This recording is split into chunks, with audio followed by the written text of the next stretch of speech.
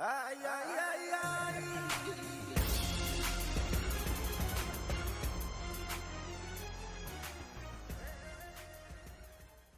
Hello guys, this is Blaze back again for another video, and this time doing another Blaze review. Holy fuck, when was the last time I said that? It has been months since the last review video that I made.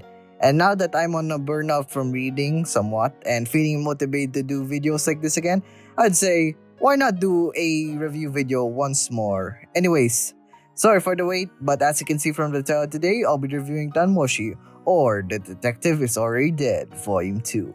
And since this is one of my favorite volumes in the series and my love for Tanmoshi started to increase more and more, I'm very excited to reread this fantastic ass volume once again. So yeah, as always with these base reviews, for those unfamiliar, I talk about volumes in detail, chapter by chapter. And yeah, sorry for the long ass intro, and yeah, let's start. Kimisuka's mind is in a haze, with it showing a nightmare. It shows to him waking up to Siesta's face. But when he proceeds to wake up, instead waking up to Natsunagi's chest, and with that the others as well. And from that point forward, they observe from their surroundings and situation, and they all agree that at some point after the events of Volume 1, all of them got kidnapped. While they are being confused and asking themselves what happened, the perpetrator reveals themselves. What came out though was a recording of a pale-skinned girl with blue eyes. That's right, it was Siesta. After making an introduction to them, while also telling them their full names one by one, she proceeds to tell Kimisuka to remember, and with that, Siesta at this moment shall reveal the truth of her death and her last battle. The recording shows something from 3 years ago in the past, specifically a week after Kimisuka and Siesta's first meeting, 10,000 feet in the air. In Kimisuka's apartment, him and Siesta are going back and forth discussing about his decision to be the ace detective's assistant, and then she offers her services. Then Kimisuka talks about something that he's been worrying about, something related to his school. Siesta listens in, and with that he talks about Miss Hanako of the toilet. A typical school seven wonders, but things are a little different at his school, however. Whenever a student runs into Miss Hanako, they eventually become Miss Hanakos themselves. With it, students, specifically the track team, stop attending school, even running away altogether. It's so mysterious that even the teachers and staff can't provide the answer. With that, Siesta accepts the case. After that, as the chapter says, here comes the rom-com shenanigans. I honestly love how it's self-aware and the author's writing style is so good. Like during this chapter, them going to Kimisuka's school while there's a festival ongoing is a perfect setup for a rom-com date. And yeah, that's what happened, though I love Negosyo's own spin to it, like adding CSS observe actions mixing with the cat and mouse chase when they find a Miss Hanako. This chapter sets up the beginning of the dynamic and bond of Kimisuka and Siesta. It's such a clever way of getting the two forming a cooperation in this setting. Anyways, the aftermath of this case shows that those Miss Hanakos were using a drug that is a stimulant and something that improves concentration and gives euphoric sensation. And if you were paying attention earlier, guess who's using those illegal drugs? That's right, it's the students that are members of the track team. Siesta managed to solve the case by using the clue said by Kimiko about the track team's involvement and how the one they chased was wearing a costume since that was the festival. They need to hide, has running shoes. This chapter goes to show why Siesta is the ace detective, or as her motto says, an ace detective must solve the case before it even occurs. After that, they talk about who made the drug, which is SPES, the same organization that caused the trouble back in that plane. With knowing that information, Kimisuka asks what's in it for him. Siesta replies that she'll protect him. Persuaded by her answer, he reluctantly agrees to be her assistant, and where Siesta and Kimisuka's business relationship begins. The interlude parts of this volume is basically short commentary by the characters watching the recording, or should I say the film. One thing I love about Negosyo's writing is how the character interaction and banters are on point. It's so fun watching their reactions in relation to the events they watch. From this point forward, Excluding the second interlude, all the events take place 1 year before the current events. In London, England, Fubikase, a police officer and acquaintance of Siesta back in Japan, who's in England on loan and is about to leave, talks to the two about the case of the revived, quote-unquote, Jack the Ripper, which later Siesta concludes, not with certainty though, in an investigation on one of the crime scenes that the culprit is a pseudo-human whose name is Kirbyus, someone who devours human hearts. With that information, Siesta plans a dog trap. For those who don't know, I'm in mythology, Kirbyus is Hades' dog, so yeah. With that trap, Kimisuka will be the bait. After he faces someone who took the bait, he finds out that it's Chao, and after that, she seemingly talked normally to Kimisuka though. And when he realized that, taking into account her personality and strength, he asks to that Chao, "Who are you?" Then that Chao proceeds to reveal himself as Kirbyus. And while Kimihiko was analyzing his strength, he was told by someone to get down, a gunshot fired, and a low groan was heard. It was Siesta and her musket. Then after that, Kirbyus tries to escape the scene but he got decapitated by a girl with short black hair and red eyes. She introduces herself as Hell. Siesta, knowing that she is one of Spece's high-ranking officers, feels very troubled by the situation. Then the scene fades to black. As if I can interrupt for a bit, her introduction and entrance was so fucking cool. Anyways, back to the story. Kimihiko is now in a dark room with handcuffs. It seems Hell has captured him. Thinking she was about to kill him, she said something unexpected, however. "I want you to be my partner," she says. Then she goes ahead to talk about the sacred text, the thing that tells the future and is written that they'll be partners in the future. And it is then she talks about the things written about his future a year from now. And little did he knew, she proceeds to vaguely describe the cases of the first volume with a few words. Then she tries to persuade him of the pros of being her partner. For Kimihiko, it was a tempting one, but proceeds to turn it down because he's more afraid of being Siesta's enemy than her. Which goes to show the trust that those two have during the past 3 years together. Anyways, the place they're in is the underground of the nerve system of England, and that's when she's about to release a biological weapon, a monstrosity, to be exact, betting on their trust. As he is the ace detective Shadow, he decides to not take action and let the light take the spotlight. And sure enough, Siesta appears, but in a giant robot. The anime, its design is similar to that of a nightmare mech from Code Geass. So yeah, that's a little bit of trivia. And begins a fight with Hell and the monster, which in the aftermath, both the monster and the robot plunge into the ocean. Kimisuka and Siesta met each other surrounded by flames, and after that they have a small heart-to-heart. Then Hell proceeds to ambush them, which she tries to run down Siesta with her sword, failing, and barely escape the situation. With that ends the night of the first meeting of the Crimson Devil and the Ice Queen. The day after goes as follows.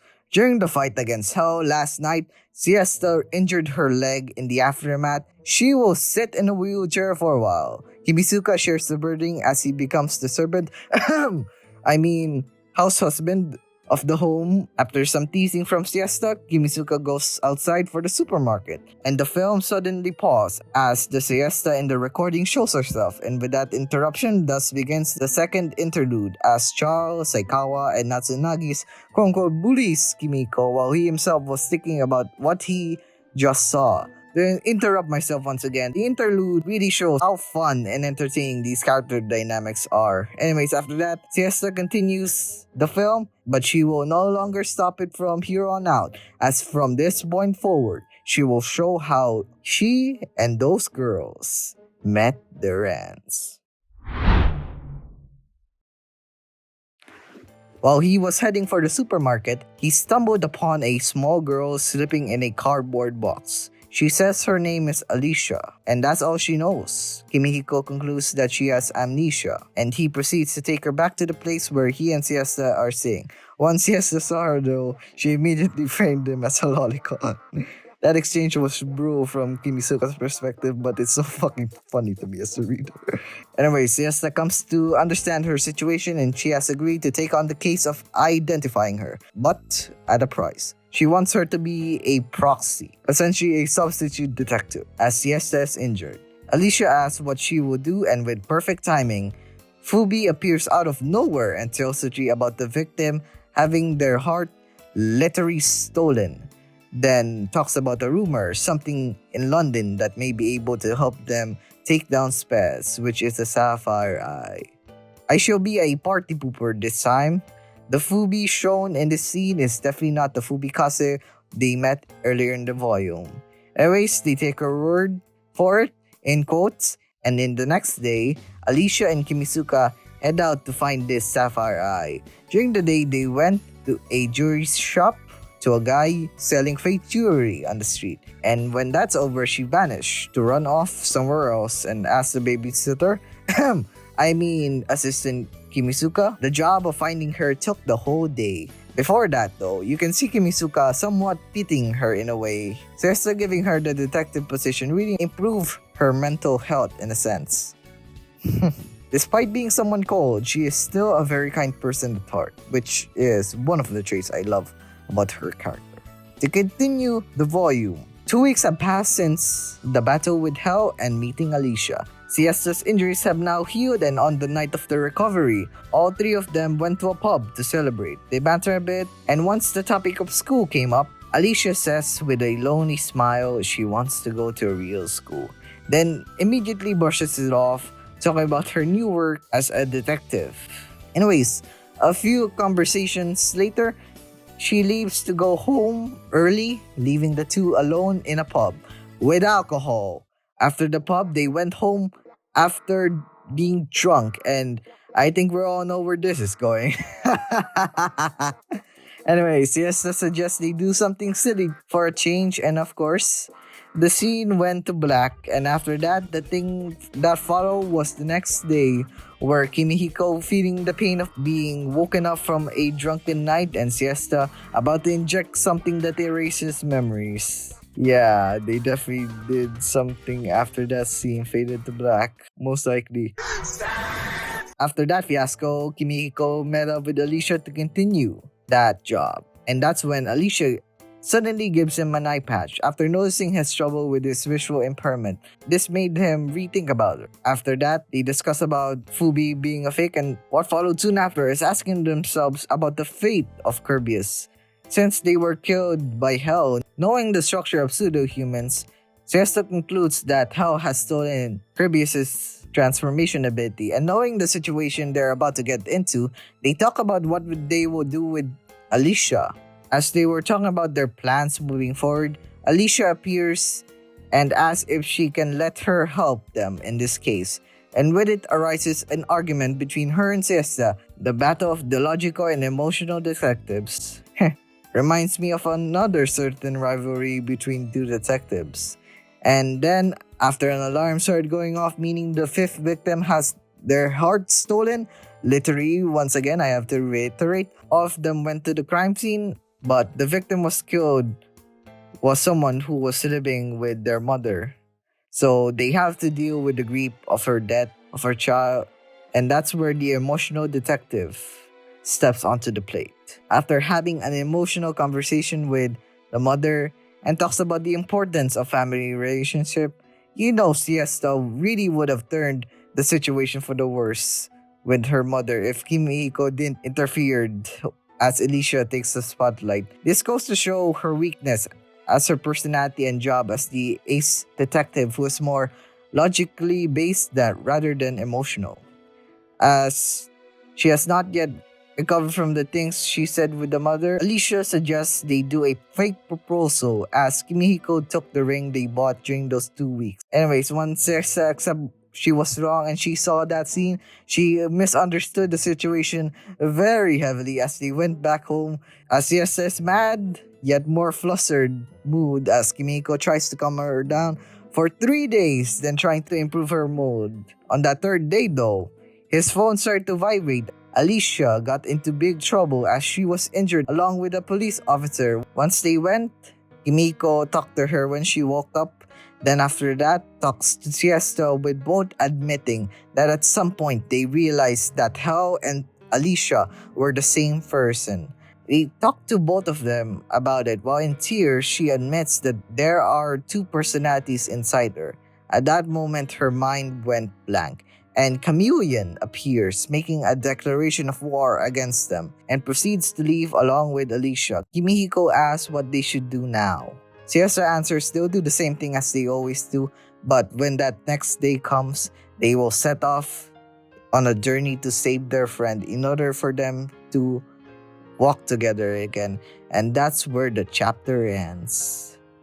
God damn. Those final parts hit like a goddamn truck. Negos, you really knows how to make me really attached to these characters and manage to tug on my heartstrings. Nothing else to say except that the next chapter is the final stretch. The volume has set up and built everything for this part. So without further ado, let's continue with the volume. The chapter starts with them on a boat to the island, the place where Chameleon was talking about. They also brought Charo as well. They banter for a bit, as they do, and both Charo and Kimihiko, after landing on shore, is now riding a motorbike to the laboratory in that island together. Charo talks about how Kimihiko is the only thing Siesta has, which absolutely understandable. Kimihiko was trying to deny it, and when they arrived, it was empty. But once they get a closer look, they saw a sea of blood, and they thought they saw Kirbius. That someone corrected them by telling them that he is their parent. Hell, that Chameleon, they were his offspring, and reveals a bombshell that he's actually a plant, and reveals that his name is Seed, a plant who came to Earth from the depths of space. And with that, reveals another bombshell that to survive and covering the world with their seeds is the true objective of space. Anyways, after he revealed a lot of shit, they tried to escape while Chameleon was trying to fight them. Then after that, Seed joins the fight as well. In the aftermath, Child stayed behind while Kimiko managed to escape using Charles' bike in order to travel to the other side of the island, because they know with Seed and Hell in the mix, they both knew Siesta is in big trouble, which lead them both to make this decision. And after Kimihiko reached the other side of the island, Siesta was face down in the ground. Little did he know she was faking being dead by stopping her heart. Honestly, when I read that for the first time, I was like, what the fuck? But at this point, I shouldn't be surprised. This is Siesta we are talking about.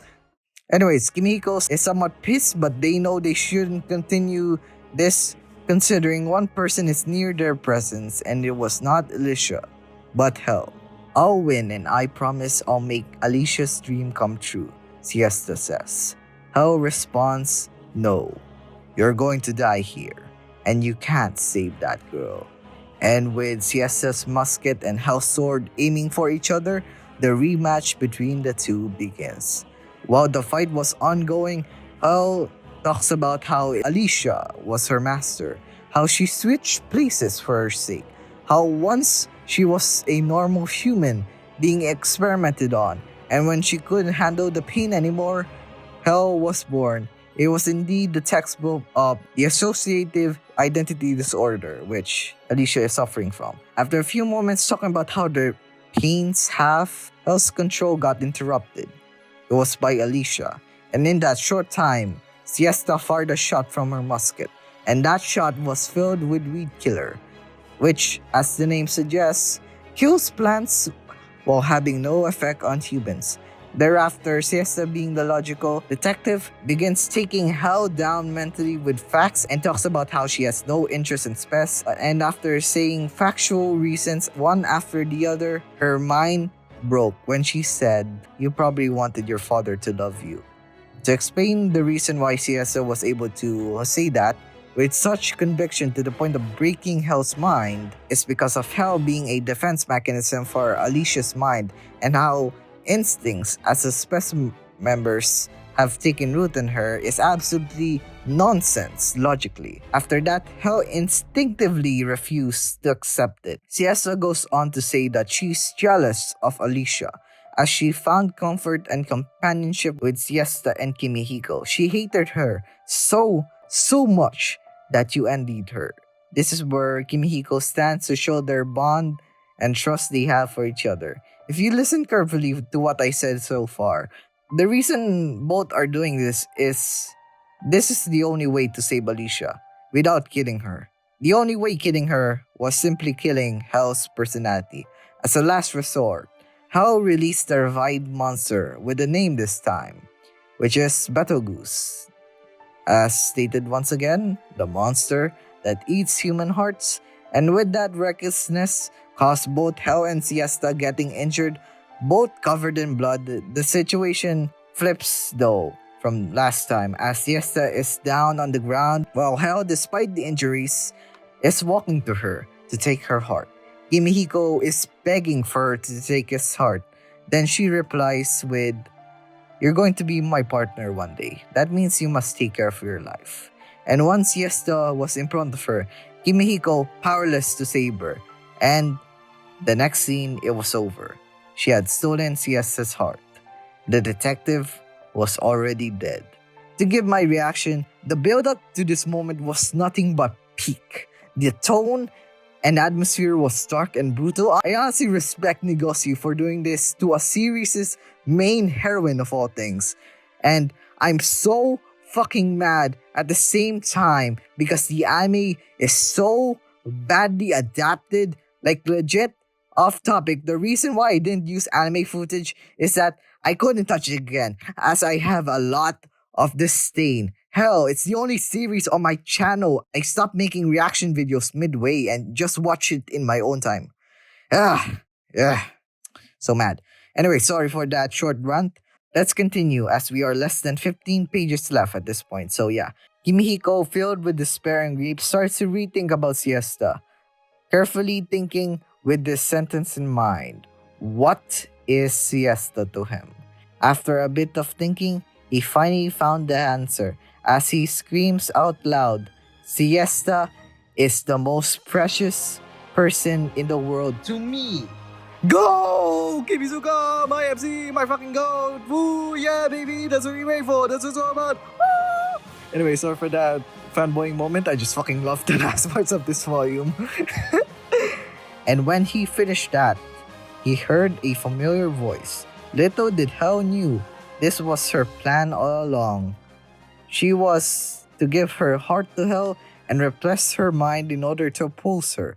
As this where Kimihiko will say goodbyes to each other, they have an emotional heart-to-heart, and Siesta promised to him that they will meet each other again, even if it takes weeks, months, or even a year. She will find her way back to him someday. And the scene he saw of Siesta in that moment was her smiling through her tears, and that's where the chapter ends. Fucking hell, man. Reading this script again, the feels hit so fucking hard. This is like the third time I'm reading this. Even then, the tears won't stop coming down. Calming myself down a bit. There are reasons why I rated this so highly, man. And the scene, it was one of those main reasons.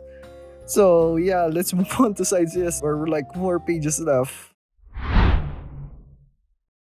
This is a chapter all from Siesta's perspective. It wasn't obvious enough. She talks about the reason why, as the logical detective, why did she not kill Alicia when it was easy to kill her? The reason why was one of the things she said to her. Alicia said earlier that she wants to go to a real school. And when she said that, Siesta, in her heart, wants to make her dream come true. As a detective, it's her job to protect her client's interests. She talks about the time, the 3 years specifically, where her and Kimihiko spent together. A part of her heart said she didn't want to die at that moment. But through her promise, she vows that she might not be able to recover and come back at that moment, but she will definitely return to him one day. And she tells that someone will wake him up someday. Someone warm that can melt others' hearts. Someone reminiscent of Alicia. She then came up with a name and proceeds to tell him that the one who will wake him up someday will be someone named Nagisa Natsunagi. And with that, the volume comes to a close. It's been a wild ride reading this volume, and to be honest, my opinions of it when I first read hasn't changed. In fact, it may have increased my love for it even more. It's amazing. It's phenomenal. It's peak fiction. Honestly, my score from back then wouldn't change a thing. So as expected, my rating of this volume is still a 10 out of 10. The characters, dynamics, interactions, writing, twists, reviews, the emotional and climactic moments and scenes is simply incredible. Nigosyu really outdid themselves with this one. It's a volume that symbolizes, for me anyways, how my love for the series has grown exponentially after reading it. Anyways, I hope you enjoyed my review of The Detective Is Already Dead, Volume 2. So, I guess it's the end of the video. I guess we subscribe, hit the notification bell to miss any of my videos. Share it with a friend and watch these video 6 right there. So yeah. See you guys next time. I'm looking forward to the next Blaze review and eventually my reread of Tanmoshi Volume 3. So yeah. Until next time. Bye.